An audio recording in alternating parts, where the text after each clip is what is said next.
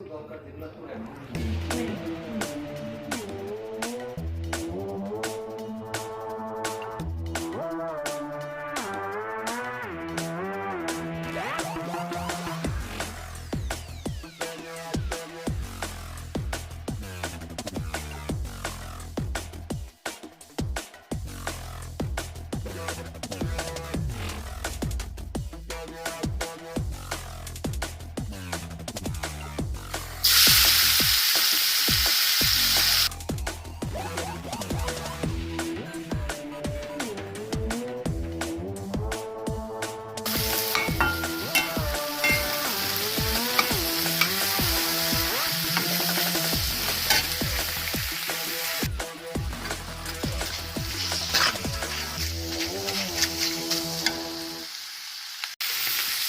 Mushroom ভাজার রেসিপিটা এর আগে আমি অয়েস্টার মাশরুম দিয়েও করেছি, একই প্রসেস।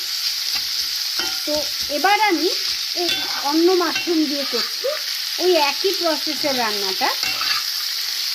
আসলে এই মাশরুম ভাজার রেসিপিটা আমি পেয়েছিলাম আমার বেয়াই আর বেয়ানি ছেলে শ্বশুর শাশুড়ির কাছ থেকে।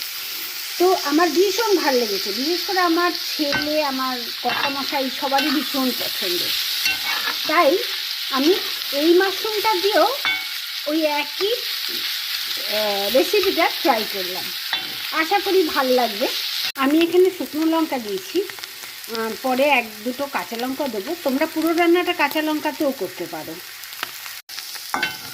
নেদারল্যান্ডে এত রকমের মাশরুম পাওয়া যায় যে এই মাশরুমটা এখানে আমি কোনোদিন ইন্ডিয়াতে পাইনি, তাই এখানে এসে এই রেসিপিটা আমি আবারও ট্রাই করলাম। ভারী সুন্দর এই মাশরুমের টেস্ট। তো এই দেখো দিলাম আরও 2-3টে কাঁচা লঙ্কা কুচিয়ে।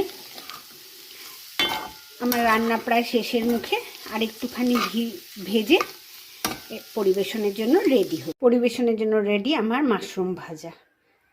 আশা করি তোমাদের সবার পছন্দ হয়েছে।